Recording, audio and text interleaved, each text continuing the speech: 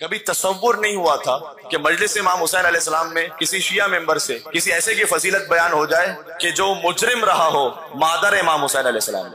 रूह कांप जाती है वाकई। क्या ऐसा भी मुमकिन था? लेकिन आज हम देख रहे हैं कि ऐसा हो गया।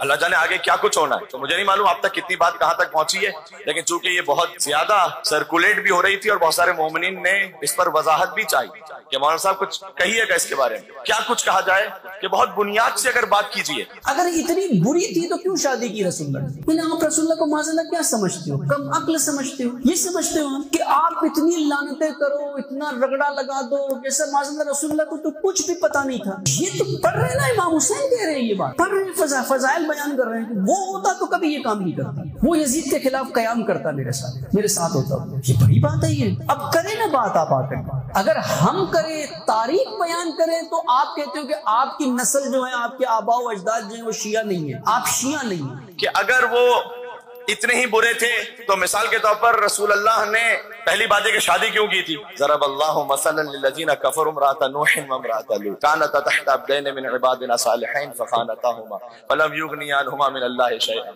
व क़ील उदख़ुलन नार मअद दाख़िलीन। सूरह तहरीम की आयत है। अल्लाह अज़्ज़ा व जल ने काफिर औरतों के लिए हजरत नूह और हजरत लूत की बीवियों को मिसाल बनाया। कुरान है। इमाम हसन अलैहिस्सलाम ने इज़्दिवाज नहीं किया जादा बिन्त अशद से, तो इमाम हसन अलैहिस्सलाम का इज़्दिवाज करना जादा बिन्त अशद से उसे मोहतरम बना गए। इमाम मोहम्मद तकी अलैहिस्सलाम ने इज़्दिवाज नहीं किया उम्मे फजल से, उम्मे फजल ने जहर दिया इमाम मोहम्मद तकी अलैहिस्सलाम को, तो मोहतरम बना गए। उम्मे फजल से इमाम मोहम्मद तकी अलैहिस्सलाम का इज़्दिवाज करना उम्मे फजल को, इसमें बेशुमार मसलहत है। और सबसे पहली बात तो ये कि आइम्मा अलैहिस्सलाम ने जाहिर पर अमल करके बात आगे बढ़ाई। अगर इल्म गैब ही से उन्हें सारे मामला तय करने थे तो फिर इम्तिहान कहाँ है इंसानों? कि ये क्या बात है? कैसे फजाइल बयान किया? जिसकी जो खूबी है वो खूबी है। जरूरी तो नहीं है कि एक इंसान के अंदर हर चीज बुरी होती है, ये तो नहीं है। जो अच्छाई है वो अच्छाई है। अगर हर चीज बुरी होती तो रसूलुल्लाह अपने साथ क्यों रखते इनको? क्यों रसूलुल्लाह ने सूरह बराअत इनके हाथ में दी के जाएं? अगर हर चीज आप कहते हो बुरी थी उनके अंदर, तो रसूलुल्लाह ने इतना बुरा इंतखाब किया, तो आप रसूलुल्लाह की शख्सियत को मजरू कर रहे हो माज़अल्लाह। यहाँ पर अगर ज्यादा बुरे थे तो सूरह बराअत क्यों दिया?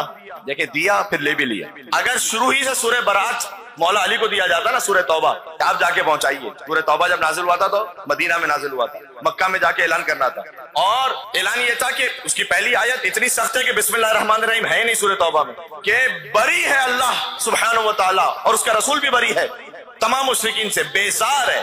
अगर ये शुरू से मौला अली को दिया जाता ना तो मौला अली की अहलियत तो साबित होती, किसी और का ना अहल होना साबित ना होता। मसलहत है, इससे किसी के फजाइल साबित नहीं हो रहे यहाँ पर। अभी अबा अब्दुल्ला ने देखे खलीफा दोम की फजीलत बयान की कि हक को बातिल के मार्के में वो हक का साथ देता, वो मेरे साथ होता। बनाए ना क्लिप, बनाए ना इमाम हुसैन के खिलाफ आप निकाले ना वीडियो। आप उस्ताद मोहतरम के खिलाफ तो निकालते रहते हो बैठ के, अब इमाम हुसैन के खिलाफ निकाले। ये तो मुअस्ससात कलमात हुसैन में साफ रिवायतें लिखी हुई है, मुस्तनद शेख मुफीद की क्लियर लिखी हुई है। अब निकालें, आप शेख मुफीद के खिलाफ निकालने चले, इमाम हुसैन को बख्श दिया। और अगर वो जो हदीस बयान कर रहे हैं उस हदीस कभी अगर आप बैकग्राउंड जाके देखिए तो वो हदीस मनाबे अहले सुन्नत में मौजूद है, तो जाहिर सी बात है कि वो थियोलॉजी डिफरेंट है। वो किताब अल फुतूह में रिवायत मौजूद है, इब्ने आसम ने उसको लिखा है, फिर बाद में मक्तला खारज़मी में रिवायत मौजूद है एलिजिटली के जिसमें ये कहा जा रहा है कि इमाम हुसैन अलैहिस्सलाम ने किसी के फजाइल पढ़े, तबकि वो इब्ने आसम जिस रावी से वो रिवायत नकल की जा रही है। तो इमाम हुसैन पे भी यही एतराज करे ना कि इनके भी आबा और अजदाद शिया नहीं थे। आए साबित करे इनका भी कोई और नाम था इमाम हुसैन का, ये कोई और थे, इनका पुराना नाम कोई और था, बताए ना आकर के। उस रिवायत के लिए अल्लामा मजलिसी ने लिखा कि उसका ताल्लुक शिया थियोलॉजी से नहीं है, और उलमा ने लिखा उसका ताल्लुक मजहब अहले बैत से नहीं है। कुछ उलमा ने लिखा कि किस्सा गो है, दास्तान परदाज है, अफसाने बयान करता है। किताबों में तो बहुत सारी बातें, मौसूअतुल इमाम हुसैन अलैहिस्सलाम, यानी इमाम हुसैन अलैहिस्सलाम के बारे में जो एनसाइक्लोपीडिया है, एवरीथिंग जो कुछ इमाम हुसैन अलैहिस्सलाम से मंसूब था उस सब का कंपाइलेशन है, वो सबको जमा कर दिया गया एक जगह पर। उलमा ने काम इसलिए किया कि ताकि हिस्ट्री महफूज रहे कि किसने क्या लिखा था। दैट डजंट मीन कि जो कुछ उसमें आ गया है वो यकीनन इमाम हुसैन अलैहिस्सलाम ने कहा है। आप उसकी सोर्स तो देखेंगे जाके या नहीं? बात वाज़ेह हो रही है। तो मैं इसलिए बहुत ना किसी पे कोई तंज करना चाहता हूँ, बड़े अदब एहतराम से एक बात कह रहा हूँ ताकि माइंड्स क्लियर रहे। अगर आप मक्तले खारज़मी ही की इमाम हुसैन अलैहिस्सलाम की उस गुफ्तगू को पढ़ें कि जब अबा अब्दुल्ला हुसैन अलैहिस्सलाम उनमें सकत नहीं रही थी, मैं मक्तल से पढ़ रहा हूँ इसलिए हो सकता है कि आपका दिल मुनकलिब हो जाए, लेकिन बहरहाल मैं इसको अपने मौजू के एतबार से पढ़ रहा हूँ कि जब इमाम हुसैन अलैहिस्सलाम में मख्तल में के सकत न रही कि वो कोई हरकत कर सके और जमीन करबला पे तशरीफ फरमाते हैं कि किसी लईन ने पत्थर मारा अब्दुल्लाह हुसैन अलैहिस्सलाम, और इमाम अलैहिस्सलाम ने ये चाहा कि अपने पैरहन को बुलंद करें और उस पत्थर से जो खून बह रहा है उसको साफ करें। तो सीने अथर इमाम हुसैन अलैहिस्सलाम वो वाजे हुआ कुछ, तो उस पर तीर चलाया। हुरमला ने क्या बास मक्तल में लिखा हुआ है कि किसी ने तीर मारा इस तरह से कि जरदम कल मीज़ाब के परनाले की तरह खून इमाम हुसैन अलैहिस्सलाम से निकल रहा है, और वो तीर पोश से इमाम हुसैन ने खींचा। उस वक्त उस हसास तरीन लम्हे पर अब्दुल्लाह हुसैन अलैहिस्सलाम ने फरमाया कि परवरदिगार तू गवाह रहना, फुला और फुला ने मुझे कत्ल किया। किताब में भी कोई नाम नहीं लिखा हुआ। आइमा अलैहिस्सलाम भी, ये जो मैंने बात की आपसे, मैंने कोई तकय्यतन नहीं, जो वहां लिखा हुआ था वही मैंने आपको सुनाया। अभी अबा अब्दुल्ला ने देखे खलीफा दोम की फजीलत बयान की कि हक को बातिल के मार्के में वो हक का साथ देता, वो मेरे साथ होता। बनाए ना क्लिप, बनाए ना इमाम हुसैन के खिलाफ आप निकाले ना वीडियो। आप उस्ताद मोहतरम के खिलाफ तो निकालते रहते हो बैठ के, अब इमाम हुसैन के खिलाफ निकाले। ये तो मुअस्ससात कलमात हुसैन में साफ रिवायतें लिखी हुई है, मुस्तनद शेख मुफीद की क्लियर लिखी हुई है। अब निकालें, आप शेख मुफीद के खिलाफ निकालने चले, इमाम हुसैन को बख्शने। इसलिए आइमा अलैहिस्सलाम भी चाहते थे कि बात हक पहुंचे भी, लेकिन किसी फितना फसाद की तरफ भी ना जाए, लेकिन इट डजंट मीन कि हम अपने अकीदे को चेंज करते भी रहेंगे। बनाए ना क्लिप, बनाए ना इमाम हुसैन के खिलाफ आप निकाले ना वीडियो। आप उस्ताद मोहतरम के खिलाफ तो निकालते रहते हो बैठ के, अब इमाम हुसैन के खिलाफ निकालिए। आपको अगर किसी एक आलिम दीन की इज्जत एहतराम को बचाना है तो उसकी खातिर इमाम हुसैन अलैहिस्सलाम की हुर्मत को तो पामाल ना कीजिए, वरना फिर रह क्या जाएगा तशय्युअ में, रह क्या गया तशय्युअ में। तो फिर किताब अल काफी की हदीस को उठाकर देखिए कि जहां आइमा अलैहिस्सलाम ने सराहत के साथ बयान फरमाया कि दर हकीकत जो करबला का वाकया है उसकी रूट्स है कहां पर। ज़ियारत आशूरा में फरमाया लअनल्लाहु उम्मतन अस्ससत असास ज़ुल्म वल जौर अलैकुम अहलल बैत, कि असल तो खुदा की रहमत उनसे दूर हो जाए कि जिन्होंने बुनियाद रखी है उस वाक़े की कि फिर करबला का वाक़या पेश आया। अगर इमाम हुसैन अलैहिस्सलाम वहां उनसे राजी हो जाए तो फिर इमाम मोहम्मद बाक़िर अलैहिस्सलाम, इमाम जाफर सादिक अलैहिस्सलाम को जरूरत क्या पड़ती है ज़ियारत आशूरा तालीम देने की। बात बात हो रही है। इमाम मोहम्मद तकी अलैहिस्सलाम को जरूरत क्या रहती है कि वो गिरिया करते हुए कहें कि काश मैं कब्रों से निकाल सकूं उन्हें जिन्होंने मेरी जद्दा फातिमा ज़हरा को कत्ल किया। जरूरत क्या रहती है फिर। ये तो इमाम हुसैन अलैहिस्सलाम के बाद क्या इम्मा है ना, हदीस में इस कॉन्टेक्स्ट में देखें और यकीन फरमाएगा कि ये फितने बढ़ते जाएंगे, ये मामला बदतर होते चले जाएंगे। अगर बहुत अच्छे थे, यानी सवाल ये कि भाई इतने बुरे थे तो फिर रसूलुल्लाह ने साथ क्यों रखा था बहुत से लोगों को। अब मैं सबकी बात कर रहा हूँ, जनरल बात कर रहा हूँ। अगर हर चीज बुरी होती तो रसूलुल्लाह अपने साथ क्यों रखते इनको। आप रसूलुल्लाह को माज़अल्लाह क्या समझते हो, कम अक्ल समझते हो। ये समझते हो कि आप इतनी लानतें करो, इतना रगड़ा लगा दो, जैसे माज़अल्लाह रसूलुल्लाह को तो कुछ भी पता नहीं था। तो आपके सामने मैं कुरान की आयत पढ़ता हूँ, वइज़ क़ुलना लिल मलाइकति, अल्लाह सुब्हानहु व तआला ने जब मलाइका से कहा कि उसजुदू लिल आदम, आदम को सजदा करो, फसजदू, सबने सजदा किया, इल्ला इब्लीस, इब्लीस ने सजदा नहीं किया, काना मिनल काफिरीन, वो काफिरों में से था। इब्लीस अगर इतना बुरा था तो मलाइका में रखा क्यों था अल्लाह सुब्हानहु व तआला ने, उससे क्यों रखा अल्लाह ने। बहुत अच्छा है इब्लीस। चूंकि अफसोस की बात यह है कि जब ये कहा जाए कि भाई कुछ अच्छाइयां भी तो हैं, तो इब्लीस में भी बहुत सारी अच्छाई हैं मेरे भाई। 6000 साल तक तो सजदे करता रहा, एक ही तो सजदा नहीं किया है, क्यों पीछे बढ़ गए हो उसके।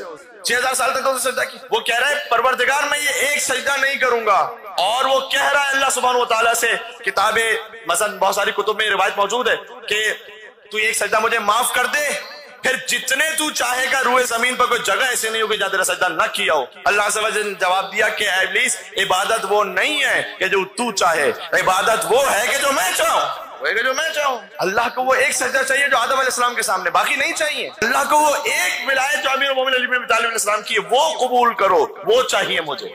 बात हो रही है, वो चाहिए मुझे, बाकी आप कुछ भी दिन बनाते फिर नहीं चाहिए अल्लाह को, वो मुझे एक विलायत चाहिए। ये जो खलीफतुल्लाह को छोड़कर अल्लाह को मान रहे होते हैं, एग्जैक्टली इब्लीस ने यही काम किया। आज मोमिनीन भी जो सवाल करते हैं कि मौलाना साहब क्या जरूरत है कि हमारे मेंबरों से इतनी विलायत पड़ी जाए, अगर विलायत ना पड़ी जाए तो आपके पास जो तौहीद रह जाएगी वो इब्लीसी तौहीद रह जाएगी।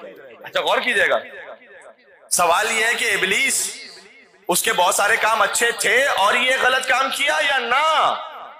असल मामला ये है कि खबासत तो पहले से थी, खिलाफत के ऐलान से एक्सपोज हो गया है। वो बात समझ में आ रही है। एक मिल के और इस पर दलील मौजूद है मेरे पास, कुरान की दलील है।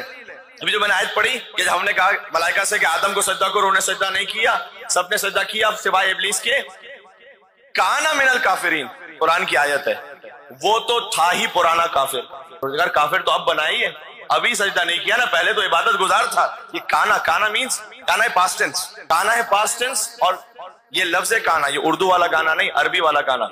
ये आता है किसी की पास्ट हालत को बयान करने के लिए।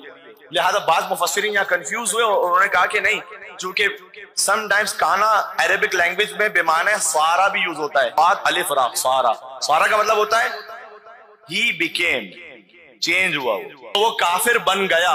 उन्होंने कहा यहाँ काना बेमाना है सारा, इसलिए कि पहले तो इबादत गुजार था, अब सजदा नहीं किया, लिहाजा यहाँ काना बेमाना है सारा है ना, गलत। काना बेमाना काना है। आदम अलैहिस्सलाम की खिलाफत के ऐलान से इब्लीस बेनकाब हो गया, गदीर में अली इब्न अबी तालिब की खिलाफत के ऐलान से।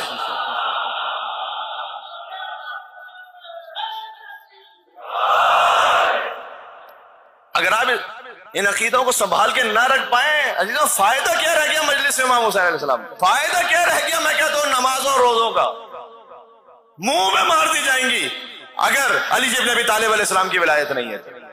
जैसे इब्लीस की नमाजें मुंह पर मार दी गई, हाइपोथेटिकल नहीं कह रहा हूं। अल्लाह ताला ने कुरान में इब्लीस का वाक़या क्यों बयान किया है? इब्लीस ने सजदा नहीं किया तो उससे मेरी जात पे क्या फर्क पड़ रहा है? अल्लाह कह रहा है समझो, हम तौहीद को उसी से कबूल करते हैं जो हमारे बनाए हुए खलीफा की खिलाफत को कबूल करता है। हम तौहीद को भी उसी से कबूल करते हैं। बात बात है। इसकी वजह क्या है? इसकी वजह फिर कभी अपने मकाम पर, तो इतना बयान करना जरूरी था। और ये जो काम करने की जरूरत है ना, ये मैं अपनी माओ बहनों से कह रहा हूं, जहां तक आवाज जा रही है, मैं उनसे बहुत मुखलिसाना तौर पर कह रहा हूं, ये आपका शायद ज्यादा काम है अब कि आप अपने बच्चों में मौला कायनात की विलायत, मोहब्बत, उनके दुश्मनों से अदावत और बरात, वो बातें जो मेंबर से नहीं हो सकती हैं, वो आपने कहनी है वहां। यानी वाकई आपका बच्चा बोग्ज रखे सैयदा के दुश्मनों से, कोई इसमें तकल्लुफ नहीं है। अब आइमा अलैहिस्सलाम ने हमें तबर्रा भी सिखाया, तकैया भी सिखाया, तो हमें इस बात के लिए ख्याल करना है कि हमें किस बात को कहां कहना है। लेकिन आपके घर में आपके बच्चे के साथ ये आपने सिखाना है। मैं कुछ अहादीस है जिन्हें अहादीस फवातिम कहा जाता है। अहादीस फवातिम यानी क्या? मेरे लिए बड़ी इंस्पिरेशन थी जब इस बात को आप पढ़ते हैं तो घर का जो माहौल है वो कैसा होना चाहिए। हदीस फवातिम का मतलब ये है कि रावी होते हैं ना हदीसों के, तो अगर जो रावियात हैं यानी चेन ऑफ नरेशन, इन्होंने इनसे सुना, इन्होंने इनसे सुना, इन्होंने इनसे सुना, वो सब की सब खातून हो और सबका नाम फातिमा, तो इन्हें कहते हैं अहादीस फवातिम, यानी जिसमें सारी फातिमाएं हैं और ये वो फातिमाएं जो अहले बैत के घर की फातिमाएं। तो 3 अहादीस हमारे पास कम से कम ऐसी मौजूद है जो हम कहते हैं अहादीस फवातिम। अच्छा यानी क्या? बच्चों को मैं समझाऊं। एक तो इमाम रज़ा अलैहिस्सलाम की खाहर है बहन बीबी मासूमा कुम, जिनका नाम है फातिमा। इमाम रज़ा अलैहिस्सलाम की अपनी बेटी भी है जिनका नाम है फातिमा। तो हदीस इस तरह से अन फातिमा अन फातिमा अन फातिमा अन फातिमा अन फातिमा अन फातिमा अन ज़ैनब अन फातिमा अन रसूलुल्लाह सल्लल्लाहु अलैहि वसल्लम, यानी वो फातिमा जो दुख्तर है इमाम रज़ा अलैहिस्सलाम की, उन्होंने सुना उन फातिमा से जो दुख्तर है इमाम हुसैन कासिम अलैहिस्सलाम की, यही बीबी मासूमा कुम। उन्होंने सुना उन फातिमा से जो दुख्तर है इमाम जाफर सादिक अलैहिस्सलाम की, उन्होंने सुना उन फातिमा से जो बेटी है इमाम बाकर अलैहिस्सलाम की, उन्होंने सुना उन फातिमा से जो बेटी है इमाम ज़ैनुल आबिदीन अलैहिस्सलाम की, उन्होंने सुना उन फातिमा से जो बेटी है इमाम हुसैन अलैहिस्सलाम की, इमाम हुसैन अलैहिस्सलाम की बेटी ने सुना उन बीबी ज़ैनब या कहीं उम्मे बीबी कुलसूम सलामुल्लाह अलैहा का लफ्ज़ है कि जो बेटी है बीबी फातिमा सलामुल्लाह अलैहा की, उन्होंने सुना अपनी माँ बीबी फातिमा सलामुल्लाह अलैहा से कि बीबी फातिमा ये बयान करती है कि मैंने सुना अपने बाबा रसूलुल्लाह सल्लल्लाहु अलैहि वसल्लम से। या अल्लाह, अजब सिलसिला सनद है, अजब सिलसिला सनद है। अल्लाहुम्मा सल्ली अला, सुन लीजिएगा, ये जो चेन ऑफ नरेशन है, इस चेन ऑफ नरेशन से 3 हदीस है, तीनों हदीसें अली इब्न अबी तालिब की फजीलत। इसका मतलब क्या है? अभी मैं हदीसें सुनाता हूं आपको। इसका मतलब क्या है? इससे ये समझ में आता है कि अहले बैत अतहार अलैहिस्सलाम के खानवादे में, मस्तूरात में, लेडीज में आपस में बातें किस मौजू पर होती है या नहीं? इससे ये समझ में आ रहा है ना, यानी आप बात कर सकती हैं इस मौजू पर भी। आज की लैंग्वेज में अगर कहूं तो कौन सा नया शॉपिंग सेंटर खुला है, तो कहां पर सेल लगी है, तो कौन सा नया फैशन आ रहा है, विंडो शॉपिंग में क्या है, फला ऑनलाइन क्या बिक रहा है, क्या बिकना चाहिए, क्या वो भी हो सकता है। सब कुछ वो भी कीजिए अपने शौक से, मैं उसे मना नहीं कर रहा हूं, लेकिन जो असल काम की बात है वो तो कीजिए पहले। दीन की बात तो, अमीरुल मोमिनीन की विलायत की बात तो पहुंचाइए पहले बच्चों तक। तो बीबी फातिमा ने सुना, बीबी फातिमा से, उन्होंने फातिमा से, उन्होंने फातिमा, उन्होंने फातिमा, उन्होंने फातिमा सलामुल्लाह अलैहिम अजमईन सलामुल्लाह अलैहिन्ना, उन्होंने सुना बीबी ज़ैनब सलामुल्लाह अलैहा से, उन्होंने बीबी फातिमा सलामुल्लाह अलैहा से, उन्होंने सुना अपने बाबा रसूलुल्लाह से सल्लल्लाहु अलैहि वसल्लम के हुजूर ने ये फरमाया कि जब मैं मेराज पर गया तो मैंने एक सफेद महल देखा अजीमुशान, उस पर एक नूर की तख्ती लगी हुई थी जिस पर लिखा हुआ था कि ला इलाहा इल्लल्लाह मुहम्मदुर रसूलुल्लाह अलियुन वलियुल्लाह, जन्नत के महल पर। इस हदीस की जो सारी रावियात हैं वो फातिमा है। एक हदीस इस सिलसिले में यह है कि इन तमाम फातिमाओं ने बयान किया रसूलुल्लाह सल्लल्लाहु अलैहि वसल्लम से कि हुजूर ने फरमाया कि मन कुन्तु मौला फहाज़ा अलीयुल मौला। हदीस गदीर की रावियां ये हैं अपने जमाने में, बातबाजी हो रही है।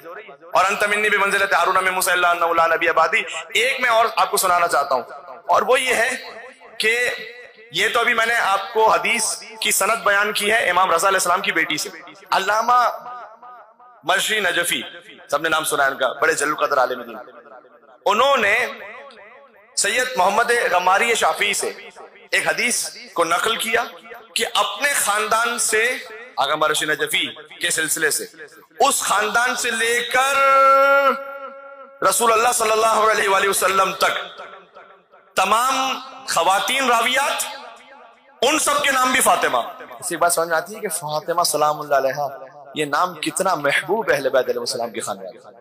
फातिमा बिनते हुसैन रज़वी ने सुना फातिमा बिनते मोहम्मद रज़वी, उन्होंने सुना फातिमा बिनते इब्राहिम रज़वी, फातिमा बिनते हसन रज़वी, उन्होंने सुना फातिमा बिनते मोहम्मद मूसवी, उन्होंने सुना फातिमा बिनते अब्दुल्लाह अलवी, उन्होंने सुना फातिमा बिनते हसन हुसैनी, उन्होंने सुना फातिमा बिनते अबू हाशिम हुसैनी, उन्होंने सुना फातिमा बिनते मोहम्मद बिन अहमद बिन मूसा मुबरका, उन्होंने सुना फातिमा बिनते अहमद बिन मूसा मुबरका। मूसा मुबरका वो के जो इमाम मोहम्मद तकी अलैहिस्सलाम के बेटे हैं, जो बुरका रखते थे अपने चेहरे पर, इसलिए कि इतना ज्यादा नूर उनके चेहरे अक़दस से जारी होता था कि जहां से गुजरते थे तो लोग सफे बनाकर खड़े हो जाते थे अपना काम छोड़कर, और उनके चेहरे को देखने लगते थे। तो वो जहां जाते थे तो वो बुरका रखे जाते थे ताकि मामूलात जिंदगी मुतासिर ना हो। तो उन्हीं की जो पोती है फातिमा बिनते मोहम्मद बिन अहमद बिन मूसा मुबरका, उन्होंने सुना फातिमा बिन अहमद बिन मूसा मुबरका, उन्होंने सुना फातिमा बिन मूसा बिनते मूसा मुबरका।